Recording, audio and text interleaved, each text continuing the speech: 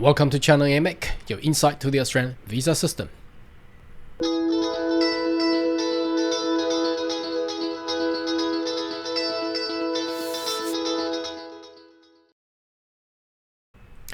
Good day everyone, my name is Carl Young, your online YouTube visa consultant. Are you interested about migrate to Australia? Why don't you consider to subscribe to my channel and turn a little bell on the side. So once we have all the updates and news, you'll be the first one of getting all the insight. In today's video, I would like to share a topic. How is it different and how and why Australia is such an attractive country and destination for a lot of family, especially for the young families, to consider to migrate. Now obviously it's all about money. Now the reason I'm saying that is obviously if you're building a young family, you're looking to get employed, get jobs, but the key here is not just to get a job. I mean, you stay in any country, you can get a job, whatever you want to do. As long as you have the right language and tool, you can always have a job anywhere around the world. Well, it depends on what sort of job, but whether or not a highly paid job is good or not, it's also the welfare of that nation, whether you can actually be benefited. Now today's video, I'm like to take a little bit of an experience myself and the fact how this welfare in Australia actually benefit a lot of young families, especially they have more opportunity to actually save the money and invest in their own home. And obviously you know about real estate in Australia. It's a booming market, it's a mature market, it's a very secure investment, and in this video I would like to take a little bit of glimpse into those area. Now first of all, to start with this young family, obviously you have a kid. Now in today's society, children is actually very expensive to raise. I mean, compared to the last generation, to our parents, or compared to our grandparents who were the baby boomers after World War II. Now obviously the expenses on the education, food, travels, you name it, it's getting higher and higher. Now the first thing I wanted to show is that in Australia, if you have the Australian residency or citizenships, if you have a child in Australia and newborn in Australia, you actually get this newborn supplement. They used to call baby bonus. I noticed that there are recent parliamentary regulations and looking to have little amendments, probably abolish the newborn baby bonus, but replaced with something else. Anyway, it basically meant once there's a child born in Australia, as long as the child, well, if you're a permanent resident and you have a child born in Australia, the child will automatically become an Australian citizen. Okay, so whether or not anyway, if the child is a citizen of Australia, there is money to be collected from the Australian government, issue it to you, so which is great. I mean, it's a couple of thousands, and it depends on the family situation as well. So there is actually a calculator how much you can actually get. I'm not going to go into those details because first of all, I'm not a expert on the Australian welfare. I'm solely talking about and share this experience as I had gone through this experience myself. I had a child and in Australia and went into childcares and also went into the schools, primary, kindergarten, primary school, and so on and so forth. So as you can see, if without this, now we understand there's a lot of country does not giving out this kind of bonuses, okay?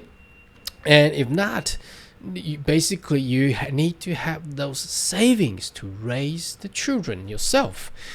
So this is actually a very, very good options. It's out there. I doubt any Australian will have a newborn and not claiming this supplementary fund anyhow. So that's the first thing straight away. So once a child grow up unto 2, 3, I think you reach 2 or 3 years, 18 months later, that's the earliest possible you can actually put the child into a childcare center, not a kindergarten yet, and childcare center will actually have those childcare subsidy. Okay, this again is a fund that can actually calculate it on the condition, on the basis of how your income actually sits. So while you're paying the fees to a childcare center, the childcare center actually also claim fund directly from Australian government, so you don't need to pay that a lot. Now, what is the maximum they actually subsidize on this one? I think it will be around up to about 70 or 80%, which is going to be a lot and help a lot of young family as well, because I actually been through that. Now, whether or not this law is due to change or amend, probably drop down to 60% or 70%. I'm not too sure, as I had mentioned. I'm not expert on this, but again, that gives the incentive. And that, now, bear in mind what we have talked about all here. You might not require to spend more. That also meant you actually save more. And that's what I'm saying. If you can save more while you have a young family to raise, you have more opportunity to invest this money into real estate or in any other assets for your future as well. So compared to this, if we pull this into a long run, that is gonna be a major changes. For example, young families start with their mid-20s and all the way up to about 40s or 50 or 60 years of age.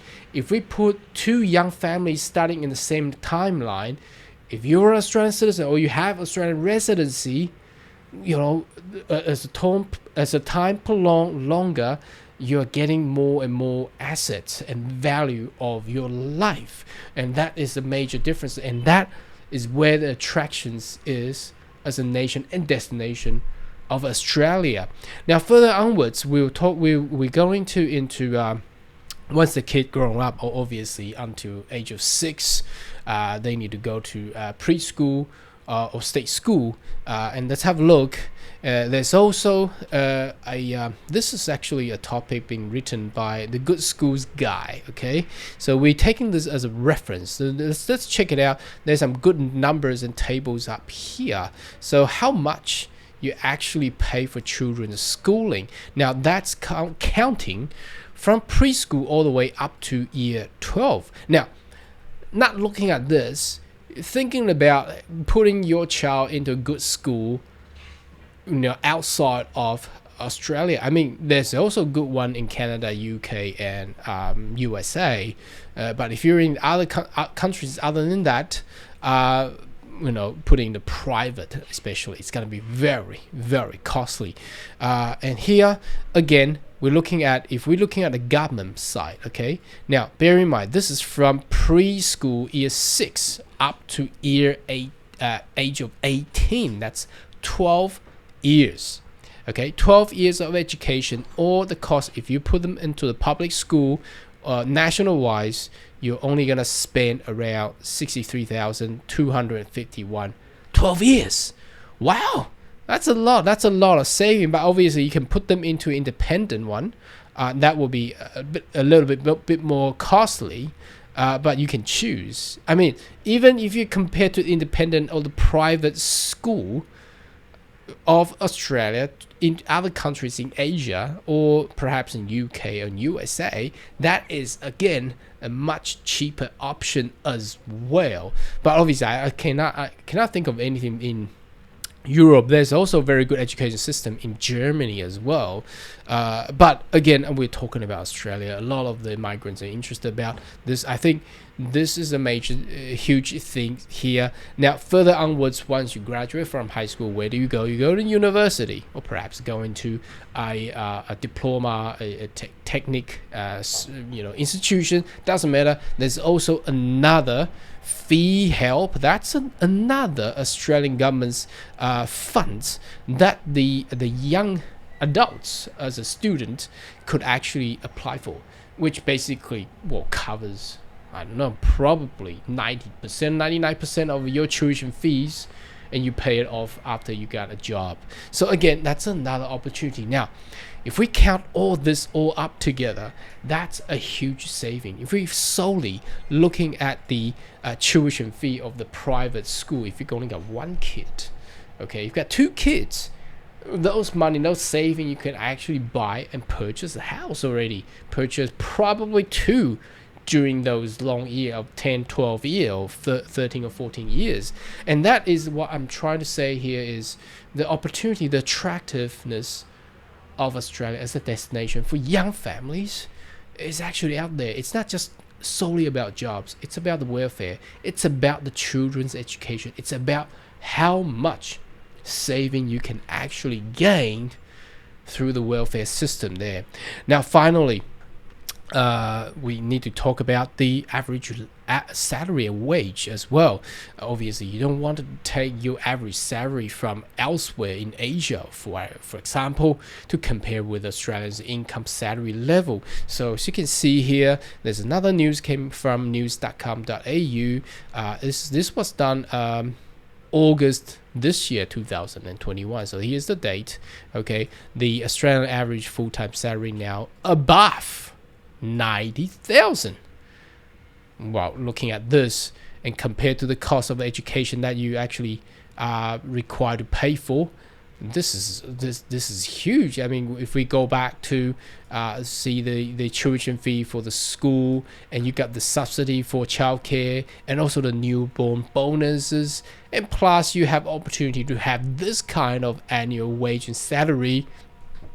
Obviously, if you compare, I'm not too sure if you do know any country have a better system and better savings and better welfare system for the young families. We're more than welcome to leave a comment right down below. But for myself, I've actually been through all this, and that actually allows me to have a lot of saving that I could put into my future investment and my assets. And that's how the Australian build their asset up as well. Anyhow, should you have more question, query, more than welcome to leave a comment right down below. And I see you next video. Goodbye.